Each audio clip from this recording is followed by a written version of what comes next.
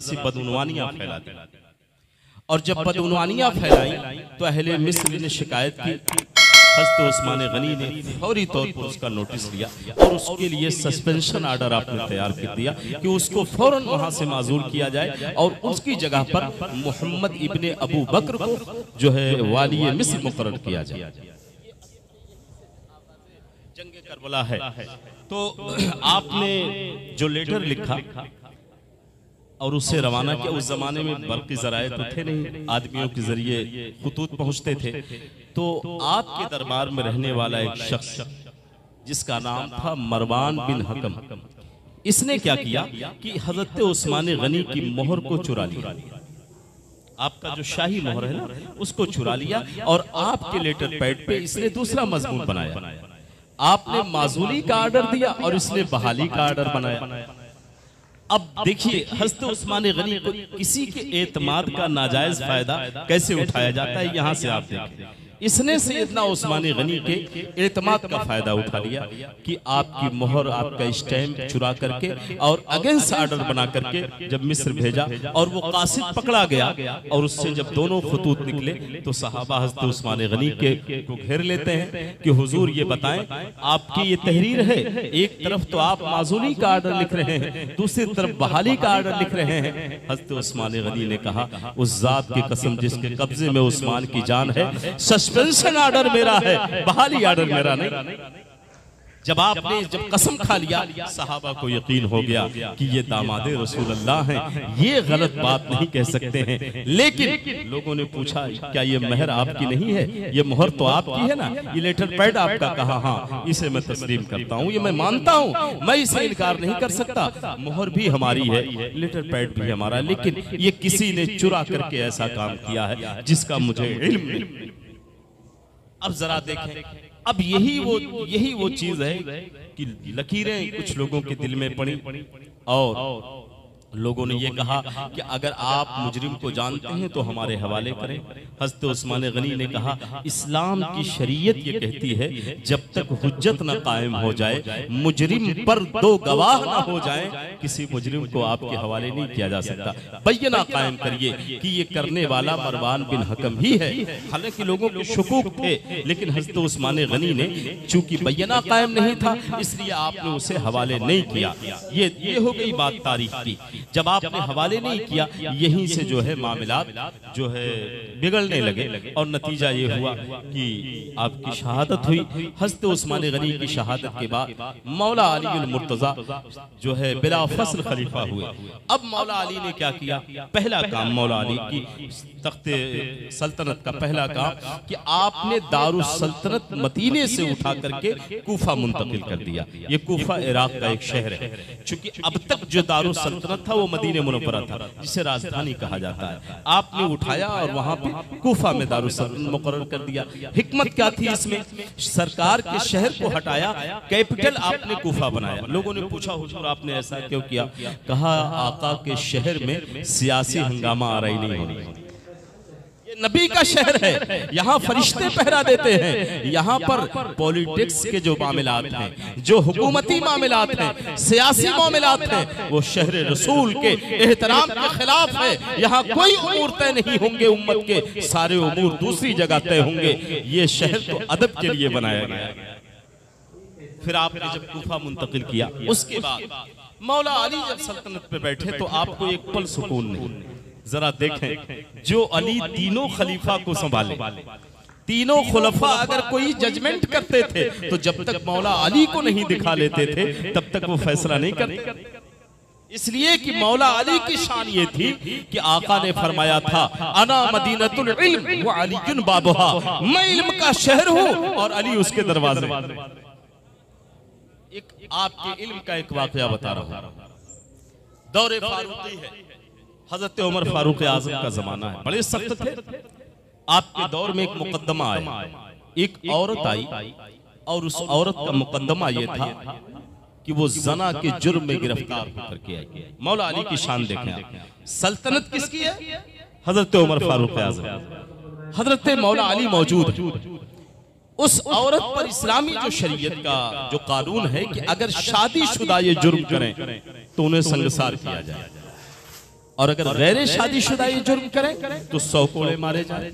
ये कुरान कहता है फजरदू मेता कुल्ला जल्दा, कि जो है गैर शादीशुदा के लिए 100 कोड़े और शादीशुदा अगर इस जुर्म के मुर्तकिब हो तो उन्हें संगसार किया जाए। इस्लामी शरीयत का ये कानून। वो औरत आई, उस पर हद कायम हुई और ये हुआ कि साबित हो गया कि अब इसको संगसार किया जाना है। असल में देखें इस्लामी निजाम ऐने रहमत है। ये सजाएं इसलिए रखी जाती हैं ताकि पूरा माशरा पाक हो जाए। एक मुजरिम को सजा मिलेगी, हजारों रूहें कांप जाएंगी। और आज दुनिया को तस्लीम, देखिए वक्त आएगा जमाने तस्लीम करेंगे बढ़ते हुए जराइम जो आज रुक नहीं रहे हैं। इसकी वजूहात ही ऐसी हैं कि कानून में इतनी लचक है ना कि वो मुजरिमों को छोड़ता है, ज़ईफों पे उसकी पासपारी चलती है। यही वजह है। लेकिन इस्लाम का कानून निज़ाम रहमत है। आपने उस पे हद लागू किया, जब जुर्म साबित हो गया तो आप कलम उठाते हैं और उस पे हद क़ज़फ़ लागू कर रहे हैं कि इसे संगसार किया जाए। मौला अली ने हाथ पकड़ लिया।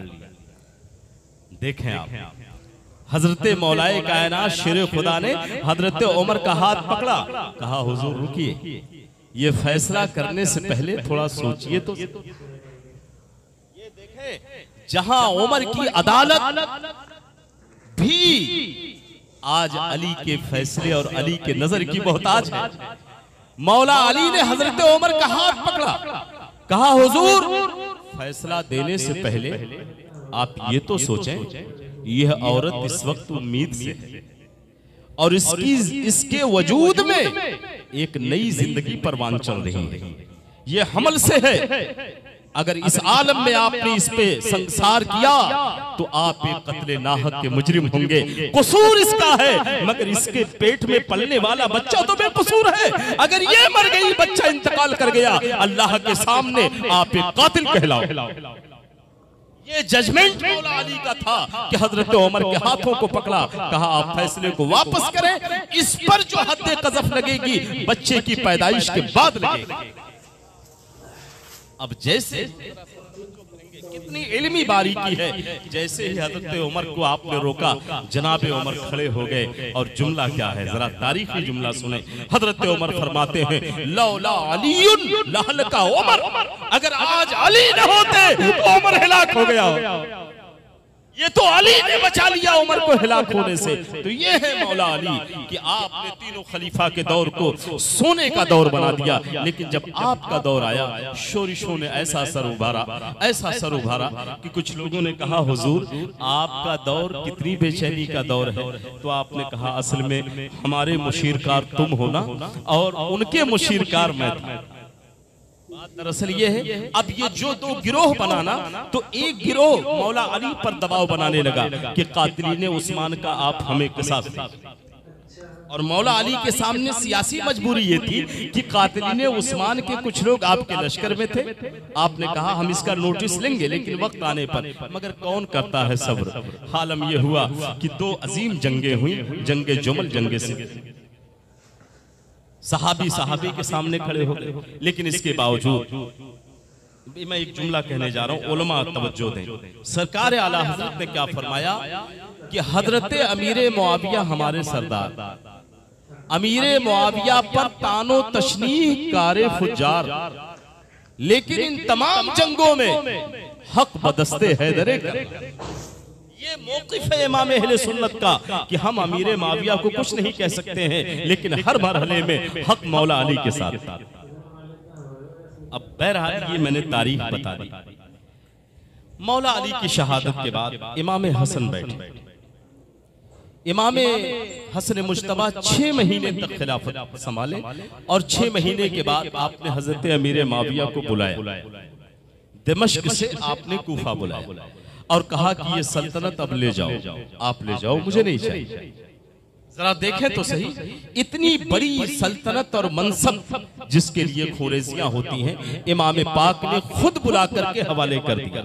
ये बड़े ज़र्फ का काम है, ये बड़े दिल का काम है। अमीर मुआविया से कहा कि ले जाएं, आप हुकूमत करें, मुझे नहीं चाहिए। मैं अपनी जिंदगी के जो हिस्से हैं ना, वो मैं नाना के शहर में गुजारना चाहता हूँ। अब मुझे दुनिया से मोहब्बत नहीं रही। लेकिन हजरत अमीर माविया की एहसान मंदी तो आप देखें। अमीर माविया के दिल पे बड़ा गहरा असर था कि बिन मांगे अता कर दिया सरकार ने। तो हर महीने 400 दिरहम लेकर के वो दिमश्क से चलते और मदीना आते और इमाम पाक की खिदमत में पेश करते बिन मांगे। सरकार ने कोई बस घबराए नहीं, मैं उस जुमले पे पहुंच रहा हूं जहां आपकी रूह मचल जाएगी। जब वो 400 दिरहम लेके महीने आते थे और इमाम पाक की खिदमत में देते थे, सरकार आप कबूल कर लें, ये हुकूमत मेरी नहीं आपकी, ये इस गुलामी की नजर है, गुलाम की, इसे कबूल फरमाएं। सरकार इमाम अली इमाम हसन मुश्तबा कबूल फरमा लेते थे। एक मर्तबा हजरत अमीर मुआविया ने जब जंगे खुरासान फतेह हुई आपके जमाने में ईरान, तो बड़ा माले गनीमत हाथ आया, तो वो दिमश्क से चले बड़ी खुशी में। वो बड़ा जालिम शख्स है जो हजरत अमीर मुआविया को बुरा भला कहता है, ईमान का जनाजा निकल जाएगा। सरकार ने फरमाया है अमीर मुआविया जानते हो कौन है? पूरी उम्मत के मामू हैं, के हमारे भी मामू हैं, आपके भी मामू हैं, पूरी उम्मत के मामू हैं। सरकार ने फरमाया ला तो सब्बू सहाबी, मेरे किसी सहाबी को गाली मत देना। हजरत अमीर मुआविया की एहसान शनासी देखी। जब मुल्क के ईरान फतेह हुआ, माले गनीमत आपके दरबार में आया, कहा कोई इससे एक पाई नहीं लेगा जब तक कि इमाम हसन की खिदमत में नजर नहीं पहुंच जाएगा, तब तक किसी का हिस्सा नहीं बनेगा। और उस दिन जानते हैं हर महीने 400 दिरहम लेके जाते थे, लेकिन जब ईरान फतह हुआ तो 4 लाख दिरहम लेकर के, कितना 4 लाख दिरहम लेकर के खुशी के मारे, आज अल्लाह ने इतना कुछ इस्लाम की फौज को अता कर दिया। 4 लाख दिरहम लेकर के वो दिमश्क से मदीने मुनव्वरा आए, और 4 लाख दिरहम उस जमाने का आज की करेंसी में कन्वर्ट करेंगे ना, बहुत रुपए हो जाएंगे। 4 लाख दिरहम लेकर के वो मदीने मुनव्वरा आए। अब जरा सा आप तवज्जो बढ़ा दीजिए, जब आप पहुंचे हैं तो सुबह का वक्त था। इमाम हसन मुश्तबा नमाज फज्र पढ़ करके कुरान की तिलावत फरमा के सरकार का शान अनवर पे बैठे। हजरत अमीर मुआविया आए और 4 लाख दरहमो दीनार की थैली सरकार के सामने रखी, इमाम पाक के सामने रखी। आपने फरमाया इतनी रकम किस लिए लाए हो? कहा हुजूर आपकी दुआओं से अल्लाह ने इस्लाम को बड़ी अजीम फतह दी है, मुल्क ईरान फतह हुआ तो मैं इजहार शुक्र में ये लेकर के आया हूँ। अच्छा कितना है? कहा कि हुजूर कोई 4 लाख दिरहम होंगे। अभी ये मुकालमा हो ही रहा था, इमाम हसन मुश्तबा पूछ ही रहे थे हजरत अमीर मुआविया से। इसी दरमियान सरकार के घर से एक आदमी निकला, काशाने खातून जन्नत से एक शख्स बाहर निकला। इसका नाम क्या है? कंबर। क्या नाम? कंबर नाम। ये मौला अली के घराने का पुश्तैनी गुलाम, पुश्तैनी गुलाम जो खातून जन्नत के जमाने से और मौला अली के जमाने से इस घर की गदाई करता चला आ रहा। इस दर के गदा तो जिब्रील, इस दर के गदा तो पूरी खुदाई है, इस दर की गदाई तो उम्मत का नाज है। कंबर की किस्मत देखो आप, जब वो घर से निकला तो सरकार के नालैन को चूमा, इमाम हसन मुश्तबा के नालैन मुबारक को उठाया और चूमा, सीने से लगाया, सर पे रखा, फिर रखा और जाने लगा। ये उसका रोजाना का मामूल था। किसका? कंबर का, कि सरकार के नालैन को चूम कर ही अपने दिन का आगाज किया करता था। क्यों ना हो, मेरे इमाम कहते हैं जो सर पे रखने को मिल जाए नाले पाके हुजूर, तो फिर कहेंगे कि हाँ ताजदार हम भी है। उस नालैन को तो उम्मत के लिए सर का ताज है। अरे वो नालैन तो बड़ी बात याद आ रही है, जब अमीर खुसरू ने महबूब इलाही के नालैन को खरीदा था दिल्ली में। वो एक आदमी मुशायरा पढ़ के आ रहा था, सब में बात बढ़ती जाती है तो मिजाज इश्क का है इसलिए रोक नहीं पाता। वो जुमले आपके सामने रखता हूँ कि जब अमीर खुसरू आ रहे थे किसी मुशायरे से और महबूब इलाही के नालैन को लेकर के एक आदमी आ रहा था, और वो आदमी जानते हैं कौन था? वो बहुत जमाने तक महबूब इलाही की खिदमत में था, निजामुद्दीन औलिया के, कि मैं बड़ा गरीब हूँ, बेटी की शादी करनी है, कुछ पूरी दिल्ली इनका लंगर खाती है, कुछ दे दें ताकि मेरी गरीबी का भला हो जाए। बहुत दिन देखे तो कहा कि वो दिल उसका टूट गया, जाने लगा। तो महबूब इलाही ने फरमाया, अरे मियाँ किस लिए आए, कैसे जा रहे हो? कहा आपके लंगर से पूरी दिल्ली खाती है और आज तक मैं नामुराद बैठा रहा, इस उम्मीद में आया था कि कुछ आप दे देंगे, मेरी गुर्बत दूर हो जाएगी। महबूब इलाही ने कहा, ये मेरी जूतियां हैं, उठा ले। कहते हैं ये जूतियां ले और जा। उसने कहा, बड़ा अजीब मजाक उड़ाया हमारी गुर्बत का, दिया तो भी जूती दिया है, कितने रुपए की बिकेगी? बहरहाल जूती लेकर के चला। रास्ते में अमीर खुसरू आ रहे थे कि पीर की खुशबू आई। अल्लाह अल्लाह, निस्बते जाना की खुशबू आई।